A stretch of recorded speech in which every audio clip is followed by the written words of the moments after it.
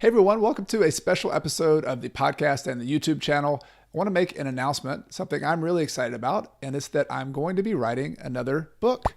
And because all of you are awesome and you listen to my videos or my podcast every single week and you're so supportive, I thought I would share a little sneak peek behind the scenes, what the book's all about, why I've decided to write another book, because it's a lot of work and sometimes I second guess myself about that. And also just to tell you sort of the rough outline of what I hope to be included. So I hope you'll stick around and I'll share more about it.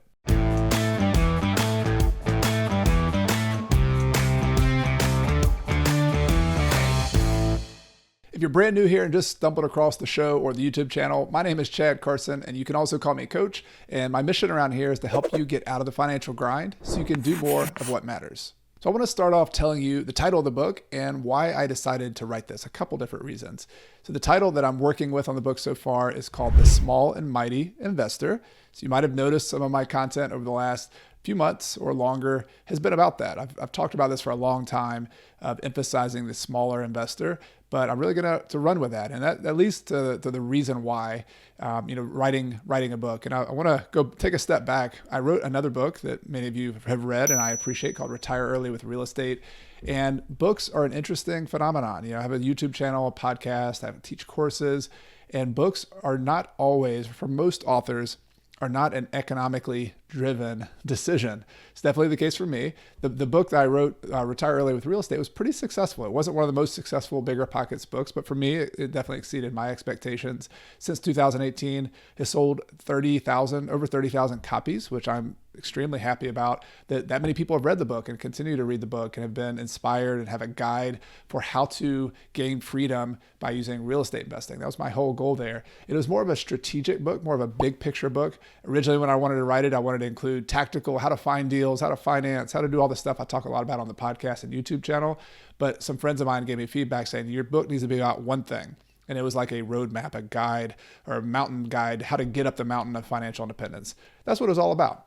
And so did not decide to write another book right away, but the way ideas, when you're an author, kind of simmer in your head, that this idea of the small and mighty investor, and really the other side of that, the fact that in a lot of real estate content out there, it seems to me disproportionate amounts of content is built for people who want to go big, who want to 10x things. The Grant Cardone, 10x your performance, 10x your number of properties, go big, or go home. Why not go big? And I feel like that's disproportionate because there's nothing wrong with that. We have go-getter entrepreneurs in the United States and other parts of the world. That's wonderful. I'm glad we have them. But my experience has been that a large majority of investors who are trying to make it and have financial freedom don't want that. They don't want to have thousands of units. They don't want to grow really fast. Having a couple properties, maybe 10 properties, maybe 40, 50 properties, on the top end for a lot of people is just fine, as long as you can get the purpose of you investing in the first place, which is to give you more freedom, to give you more flexibility, to have more options. And so I've been motivated by that idea, talking to all of you, getting feedback from all of you that you like that idea as well. And it's just one of those ideas that the time had come for me to really formulate it and put it into writing in a book.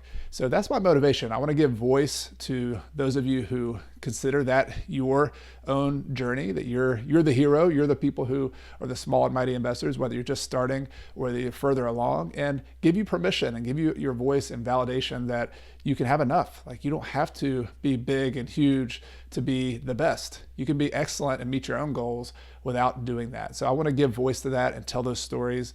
And the way I'm going to hopefully frame the book, by the way, the deadline when I'm writing this book, it won't come out until 2023, probably in the fall of 2023.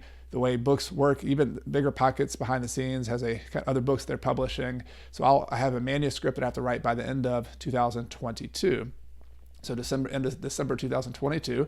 Some of you know I'll be in Spain there. So I'm really dialing back a lot of what I'm doing at Coach Carson with my real estate investing, and just focusing. This will be my professional space, is just working on this book and enjoying Spain as well. So it's kind of interesting that when I was in Ecuador in 2017 and 18, that's when I wrote my first book. And then I'm going abroad again. My wife kind of jokes that we have to go international somewhere for me to write another book. But that's how I'll spend my time.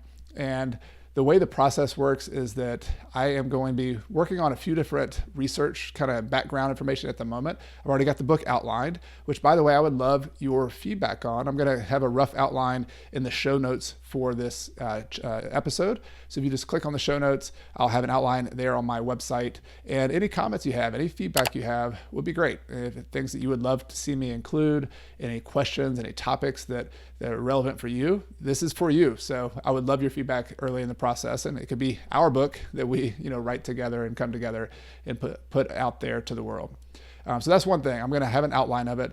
And I already have the outline, roughly speaking. But there's a few different topics that I'm working on within the book. The first part's going to be something called the Small and Mighty Manifesto, where I really just make this case for why growing big and it has its downsides. And there's always a trade-off. Like, you might make the most money doing that, but you also add more risk. There's also hassle. There's also time away from some of the other activities in your life that you might want to emphasize as well. So I'm making that case for the small and mighty real estate investor. I'm going to go over some small and mighty rules that I think are really relevant and might be helpful, kind of some good takeaways.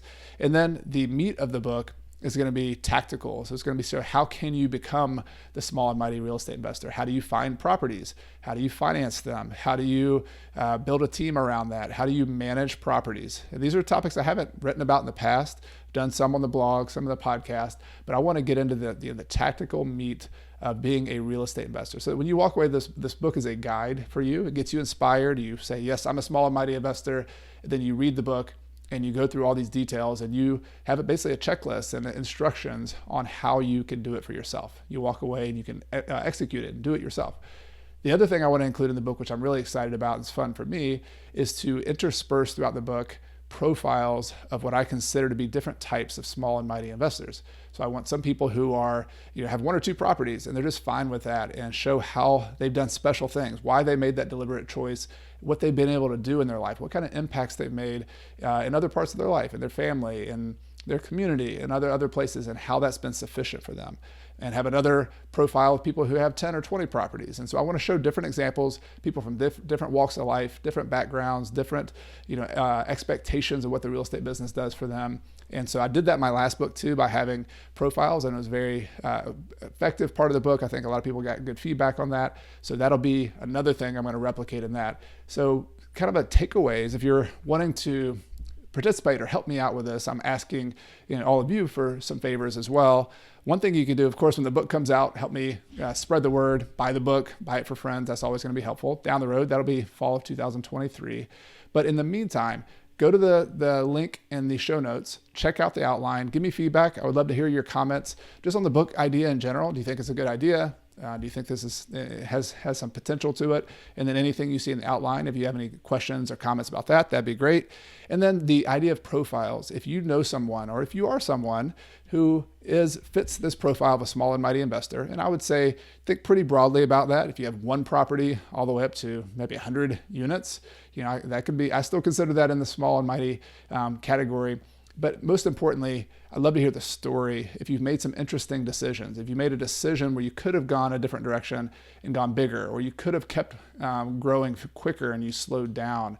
And why did you do that? What other choice did you make in your life? Was it about travel? Was it about doing a different kind of job? Was it about being a parent and spending more time as a parent? The human side of the story is really important to me, and I would love to profile, collect stories, and then I'm going to, no guarantee which ones I'm going to collect because I just don't know how many I'll get.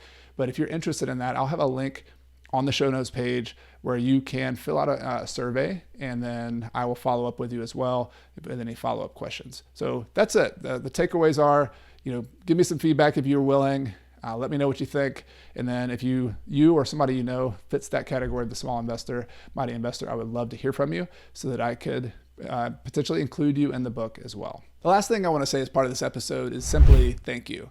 All of you who are listening to this, who watch it on YouTube, who support me in general by participating in my courses and everything else I've put out there, just really means a lot. This is the Coach Carson business, which was not a business originally. It's been really a passion project. It began with me just loving learning, loving sharing, and I started writing words on pages. I had a little physical newsletter back in 2009, and I taught some one-on-one coaching and some small group coaching to people locally in South Carolina, and it's grown grown into something that I couldn't have imagined in the beginning, to a platform with podcasts and a YouTube channel, wrote a book, teach courses every single year, which, by the way, I'm not going to be teaching my premier course, Real Estate Deal School, this fall as part of traveling to Spain and also just writing this book. But I will be teaching that again next year, probably in the spring.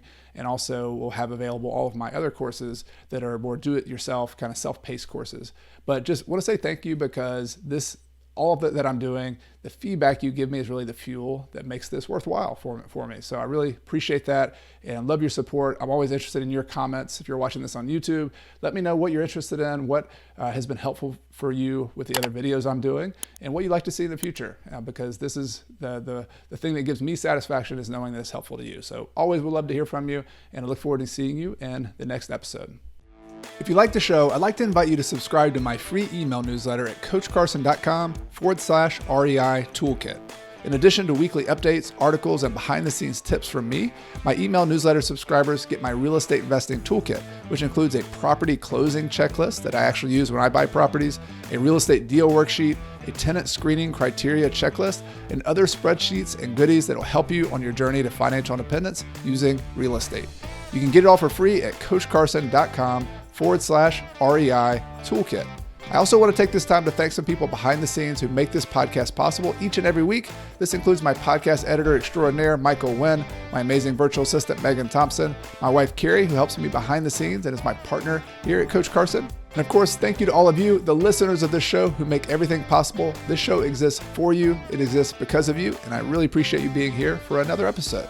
Everything I've shared with you in this episode has been for general education purposes. I have not considered your specific situation or risks. Before buying your own investments, be sure to consult a financial, real estate, and/or a legal professional. Until next time, I'm Chad Carson. You can also call me Coach, and this is a show all about helping you get out of the financial grind so you can do more of what matters. See you next time.